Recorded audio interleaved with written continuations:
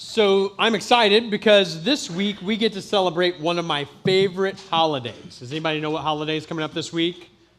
Groundhog's Day. That's right. Wednesday, February 2nd is Groundhog's Day. So traditionally, Groundhog's Day is the day where we look to a large rodent to decide whether he's going to see his shadow or not to determine whether we're going to have 6 more weeks of winter. Now for us, our tradition for Groundhog's Day revolves around the 1993 film with Bill Murray. So how many of you have seen that Groundhog's Day? A few of you, yeah. So the premise of that movie is simply this, is that there's this pretentious, arrogant weatherman who goes to Puxatawny, Pennsylvania to cover the famous groundhog Phil, whether or not he's going to come out and see his shadow or not. But he gets stuck in Puxatawny because of a blizzard and wakes up the next day finding himself repeating the same day over and over again until he acknowledges his arrogance and begins thinking of others above himself. It's a really cool movie, good message. We enjoy watching it every year. And what's interesting is that it has permeated, I think, so much our social consciousness that I actually hear people say things like, I feel like I'm in Groundhog's Day, in reference to when they see things repeating in their life. And have you guys noticed that history tends to repeat itself? Have you noticed that? And there's some famous examples of that. You know, one that's really interesting is that in June 1812, Napoleon made a force against Russia trying to invade them, but was defeated because of the winter weather, because they couldn't outlast the Russians in the cold. And then in 1941, Hitler, who was a Napoleon history buff, guess what he did? He tried to invade Russia, and guess what? Beat him there. The winter weather, because he couldn't outwinter the Russians. History tends to repeat itself. Another one that's interesting, Abraham Lincoln and John F. Kennedy were both assassinated by gunshot wounds to the head on a Friday, which may not seem that, unusual to see both of those things happen. But then you notice that they were both succeeded by a man named Johnson. Both of their assassins are known by 3 names, and they had similar escape routes. John Wilkes Booth fled a theater and was captured in a warehouse. And Lee Harvey Oswald fled a warehouse and was caught in a theater. Very interesting, isn't it? And there's some other ones that are even beyond our control and understanding. Tornadoes seem to have repeats. I know some of our men went down a month or so ago to Truman, Arkansas, and helped clean up from the storm disaster down there. And one interesting thing is one of the places that hit was a factory. And as they talked to some of the people there, that factory had just gotten set back up because it had been destroyed in another town by a tornado previously, and they had moved locations and got hit by a tornado again. But that's not quite as odd as Cadell, Kansas. Because in Cadell, Kansas, in 1916, 1917, and 1918, they had devastating tornadoes all on May 20th. I think you would watch out for May 20th if you were in Cadell, Kansas, right? And then, of course, we've all heard the correlations between the 1918 Spanish flu pandemic and our, 2020 and beyond coronavirus pandemic. And what's interesting as you study that is those are just 2 in a long line of history of there being these type of epidemics. We had the Russian flu and cholera and leprosy and multiple spikes of the bubonic plague. And as we look at that and we see these patterns and these repeats in history, it teaches me that we need to remember history so we don't miss the important things, right? And so today we're going to begin studying the book of Deuteronomy. So if you have your Bible, turn with me, and we'll be in Deuteronomy chapter 1 here in just a minute. And as we start looking at Deuteronomy, we're going to be looking at an ancient book that records a piece of Israel's history. But more than that, we're going to see the retelling of a story in a way that reminds us not to miss the important things. So in Deuteronomy chapter 1, verse 1, it says this: "These are the words Moses spoke to all Israel across the Jordan in the wilderness, in the Arabah, opposite Suf, between Paran and Tophel, Laban, Hazeroth, and Dizahab." And as we look at this book, Deuteronomy is the last of what we call the Torah or the Pentateuch, the first 5 books of the Bible. And it is literally a retelling of some of the laws of the books prior to it. Deuteronomy itself means second law. Not that they're giving a new law, but they're retelling the old law again. It does share history, and particularly it shares history that kind of links us between what happened in those first 5 books and what was about to happen in the kingdom narrative we see as they cross into the promised land. And it repeats all of these themes that we see throughout the Bible, and it ties all of these things that God keeps wanting us to remember and repeats over and over again, ties them all together in the book of Deuteronomy. Deuteronomy is one of the most quoted books in all of the Bible. Later in the Old Testament, the prophets tend to quote Deuteronomy often. In the New Testament, Deuteronomy gets quoted often. And maybe most notably, Jesus and Paul both use Deuteronomy to tell us what God's kingdom is going to be like and what his plan is. Deuteronomy specifically is a set of sermons given by Moses, the patriarch and leader of the nation of Israel, in the last month of his life, as they're camped out in the plains right opposite the land that has been promised to them that they've been trying to reach for the last 40 years. And as Moses does that, he reminds them of some really important things and what feels like fatherly advice. He does remind them of their history and where they've been, reminds them of the law that God had given them in the wilderness. He also gives them some warnings about what not to do again. But maybe the most important thing we're going to see as Moses spends this time, this month, just pouring into these people is how much he tells them and reminds them that God has always been with them. That no matter how many struggles they've had, no matter how many times they've went in circles, no matter how many times things have repeated, that God has always been for them and providing for them and showing them his grace. And so because of that, Moses over and over again appeals to their heart, not just their mind. He wants them to feel that deep love and connection with a real God who's been real with them through all their struggles. And so as we start Deuteronomy, we find out that these Israelites were at a repeat moment and they had a choice. I want us to jump down here to verse 6 and see what Moses tells them. It says, "The Lord our God spoke to us at Horeb, which is Mount Sinai. You have stayed at this mountain long enough." So there's time for some action. It's time for us to stop staying in this same cycle. "Resume your journey and go to the hill country of the Amorites and their neighbors in the Arabah, the hill country, the Judean foothills, the Negev and the seacoast, to the lands of the Canaanites and to Lebanon, as far as the great river, the Euphrates River. See, I have set the land before you. Enter and take possession of the land the Lord swore to give to your fathers, Abraham, Isaac, Jacob, and their future descendants." And in that last statement, when he says see, there's a tension there. It's time for action. It's time for a choice. God has made a promise to you, and it is time for you to take hold of what God has promised. Now, another thing we're going to see repeated through this is this term beyond the Jordan. And as they talk about beyond the Jordan, what that literally means is that they were still on the other side of the Jordan and the promised land was across the way. And so it was a reminder to them that they weren't there yet. How many of you have ever been in a I'm not there yet kind of a moment? Like there's things that we want to happen, things we want to see change, and maybe we're even, just like these guys, we find ourselves right back in the same spot we were before and saying, how did I get here again? Maybe you're broken financially. Maybe you're broken relationally. Maybe you're empty emotionally and spiritually. Maybe you're frustrated with your own failures. Maybe you're waiting again for relief or opportunity or change, and you're wondering when God is going to show up and do something. In Deuteronomy, we're going to find a map that God gave the Israelites how to enter and take possession of the promises he's given them. And I believe as we go through this book, we're going to see the same for us, that God has prepared a way for us to get through this moment into the promises that he's given us. And so to start this journey, Moses reminds the people that they're right in this very same spot, literally 40 years ago. Now, how many of you were anywhere 40 years ago? Some of you were not. This section right here. Not any of you, right? So some of us, though, we were somewhere 40 years ago, and I just want you to think about that. Where were you? Not alive. That's right. So how much is different now than 40 years ago?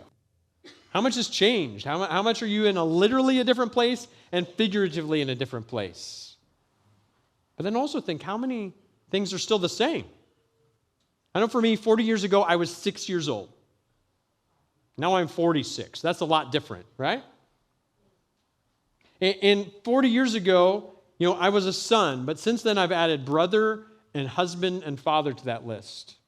When I was 6, I was still trying to be a sponge and soak up all of what life was about. And now I've learned a couple of things, and I try to share those 2 things with other people.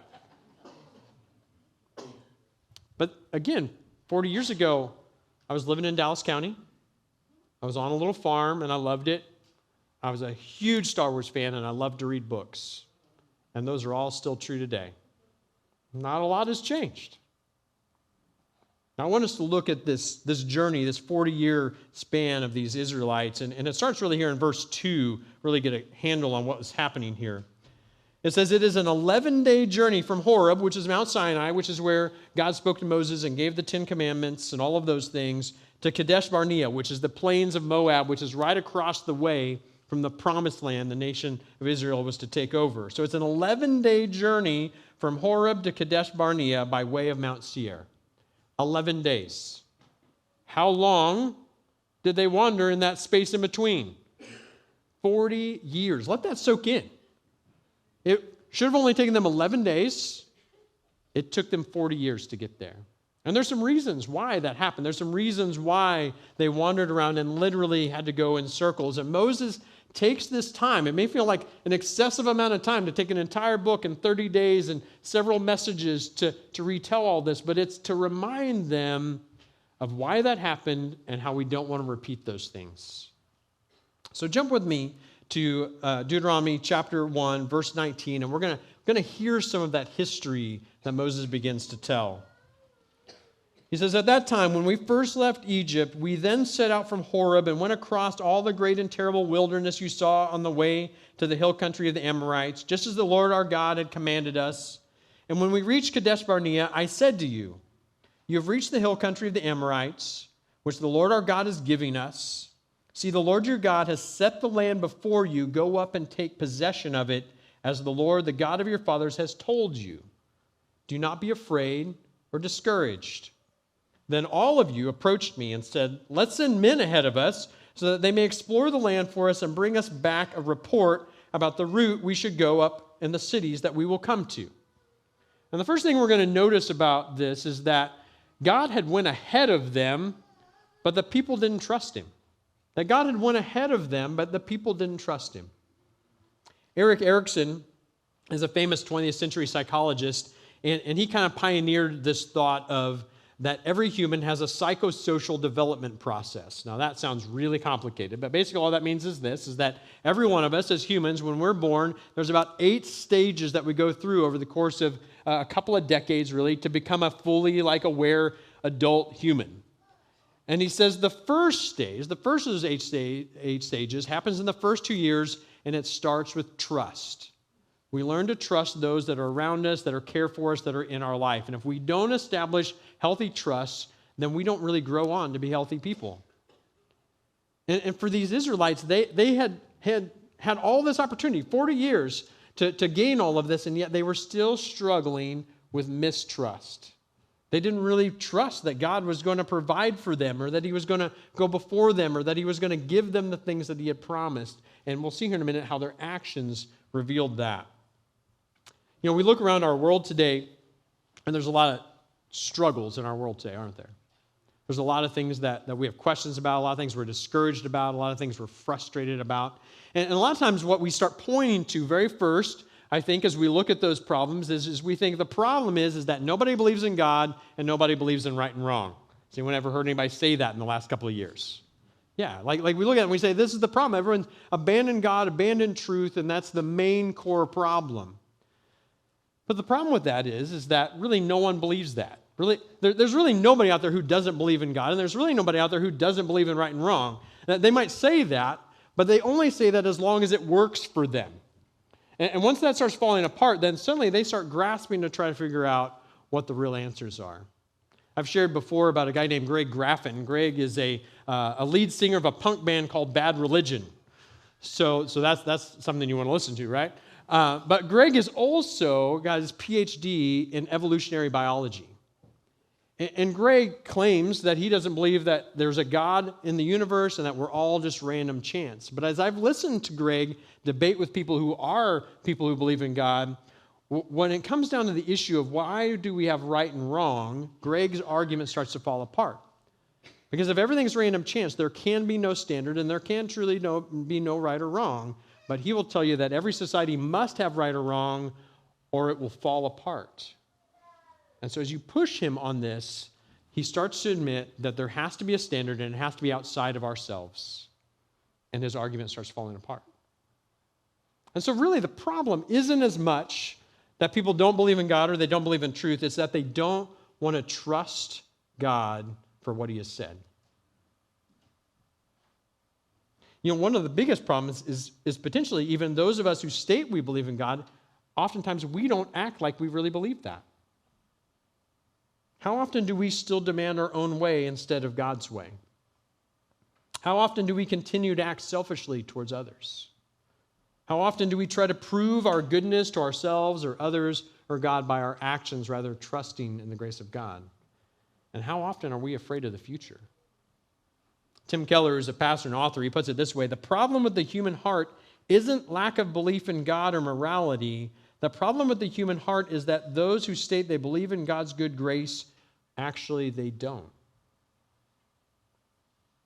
And look at this example of this. Right here in Israel's story, what did God tell them about the promised land? That it was theirs, that he had given it to them, and that he was going before them, right? If we look down in verse 29 and 30, he puts it really plainly. He says, "So I told you, don't be terrified or afraid of them. The Lord your God who goes before you will fight for you, just as you saw him do for you in Egypt." And so when he told them to go take possession of that land, he promised them, I'm ahead of you. I'm already there. I've already made the victory sure. But what did they do? They said, let's send our own guys to check that out, right? Let's send our own envoy ahead because we're not sure we trust that God is really going to defeat those enemies for us or provide the way. So their first response is to not trust. God was already there. He'd already been there. He already told them what he was going to do, and yet they mistrusted him. And that's what mistrust does. It makes us afraid and self-focused and short-sighted. So let's look at the rest of this spy mission. If you guys would jump back with me to verse 22, it says this: "Then all of you approached me and said, 'Let's send men ahead of us so that they may explore the land for us and bring us back a report about the route we should go up to and the cities we will come to.' And the plan seemed good to me, so I selected 12 men from among you, one for each tribe. They left and went up into the hill country and came to the valley of Eshcol, scouting the land. They took some of the fruit from the land in their hands, carried it down to us, and brought us back a report. 'The land the Lord our God is giving us is good.' But you were not willing to go up. You rebelled against the command of the Lord your God. You grumbled in your tents and said, 'The Lord brought us out of the land of Egypt to hand us over to the Amorites in order to destroy us because he hates us. Where can we go? Our brothers have made us lose heart, saying the people are larger and taller than we are. The cities are large, fortified to the heavens. We also saw the descendants of the Anakim there. These were giants.'" And see, I want us to see in these responses of the Israelites that our responses often reveal our mistrust. What happened? They went and saw it was going to be difficult. They saw there was gigantic people there. There's fortified cities, and they didn't go. And I see this same trend and tendency even in my own house, right? When I don't get things the way I want them, I lash out and I attack people. We start believing things that aren't true. I didn't get my turn on the Xbox, so you must hate me, so I hate you too. It speaks to our mistrust of getting our needs met. And so the Israelites in this display two really ways that I see us often display that mistrust. And the first one was what they said right here, is that they rejected God. They said, we saw how hard this was going to be. We saw how difficult this is. We saw how big the descendants of the giants are that are there. And so God must hate us. And so they rejected him. They rebelled, Moses said. They chose not to do what God had asked. And again, this is a retelling of things we've already seen. So back in Numbers 13 and 14, this is what it says about their response at this moment. It says, if only we had died in the land of Egypt, or if only we had died in this wilderness, wouldn't it be better for us to go back to Egypt? So they actually made a plan to fire Moses and go back to slavery. That's what mistrust does, is that we leave God's plan and we want to go back to slavery because it's what we know and it's because it's what is comfortable. And God points this out to them. Verse 29, he says, so don't be terrified or afraid. It's God who goes before you and will fight for you, just as you saw him do for you in Egypt. And you saw him in the wilderness, how the Lord your God carried you as a man carries his son all along the way you traveled until you reached this place. But in spite of this, you did not trust the Lord your God, who went before you on the journey to seek out a place for you to camp. He went in the fire by night and in the cloud by day to guide you on the road you were to travel. And so he points this out to them. He reminds them, he says, I was with you during all that time. I loved you. I carried you like a father carries a son. Isn't that beautiful language? To know that that's how God is dealing with you, even in the wilderness and the struggle of your life, that he's with you and he's carrying you. And so he reminds them of that. But also, just like a good father, he also disciplines them because they're choosing to rebel. They have to learn a lesson. So he goes on, verse 34, and says, So when the Lord your God heard these words, he grew angry and swore an oath.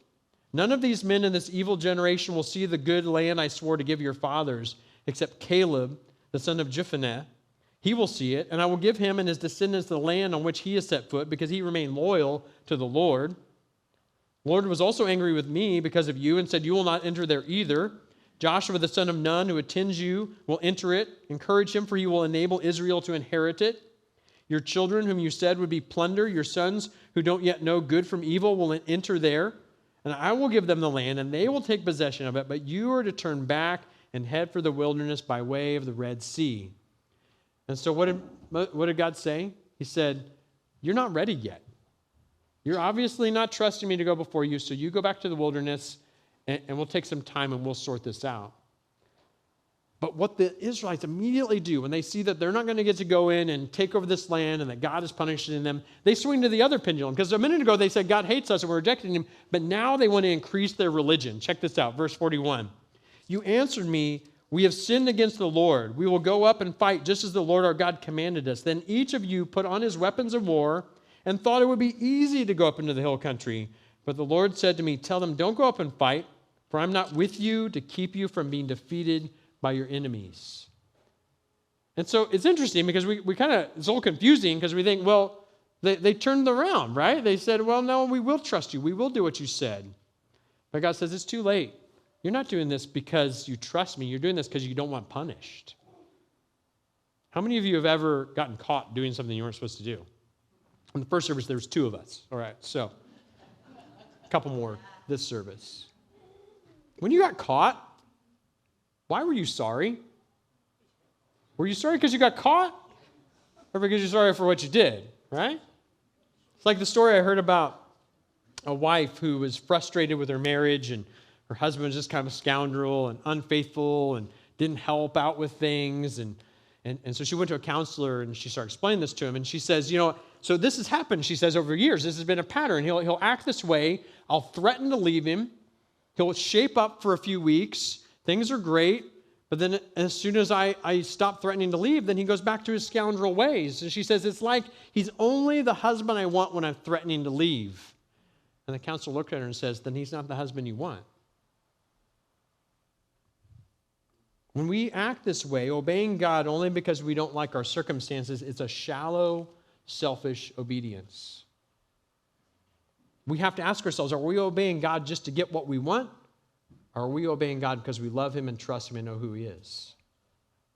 And so as we look through Deuteronomy, again, we're going to see Moses talk a lot about our heart and our love more than about our laws and our actions.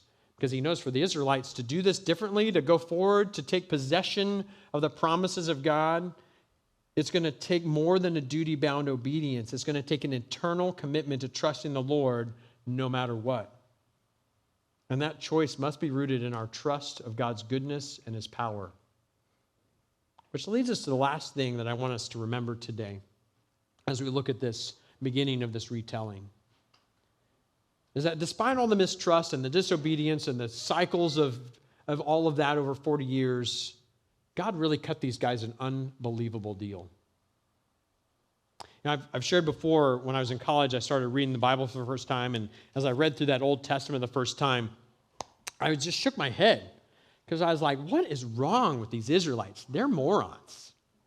Like, God's like parting seas and bringing food from heaven and, leading them with pillars of fire, and they just keep, making golden calves and disavowing him. And I mean, what is wrong with these guys? They're terrible. But then the second time I read through it, I made this horrible realization that I'm a stupid Israelite, and I do the same thing. But that first time I'm reading through that, I'm just like, why is God putting up with these guys? Why is he still working with them? Why doesn't he get rid of them and find someone who really cares? And the answer is right here in Deuteronomy chapter 1. We just read right past it. Verse 34 and 35 says this. It says, when the Lord heard your words, he grew angry and swore an oath. None of these men in this evil generation will see the good land I swore to give to your fathers. God made a promise. That's why he kept this up. God swore an oath. He made a covenant. And as we study this back and you look back, the only thing this could be pointing back to is when God made a covenant with Abraham and said, I'm going to make you a great nation, numerous descendants, and all of the world will be blessed through you, and I promise to be your God. That's what he's talking about. Because God made that promise, he kept up with his people. And if we look at that, we go back to Genesis 15 where God was making these promises. It brings me to like one of my favorite facts about what God has done and promised for us. Because in Genesis 15, God makes these promises to Abraham, and then he tells Abraham to do the weirdest thing. He tells him to go get a bunch of animals, cut them in half, and make a bloody trench between the two halves of the animals. And we think, that's gross, right? But for Abraham, he didn't think that was gross. For the people who were from that time and that era who read that, they didn't think that was gross. They totally understood what was going on.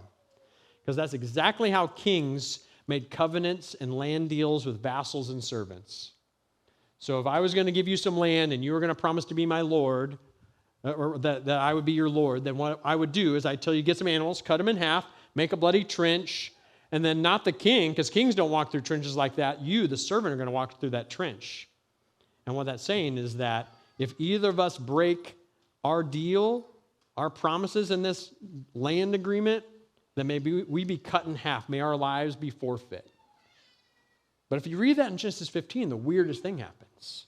Because Abraham cuts those animals in half, makes the bloody trench, and then he never walked through it. But God walked through it as fire and smoke.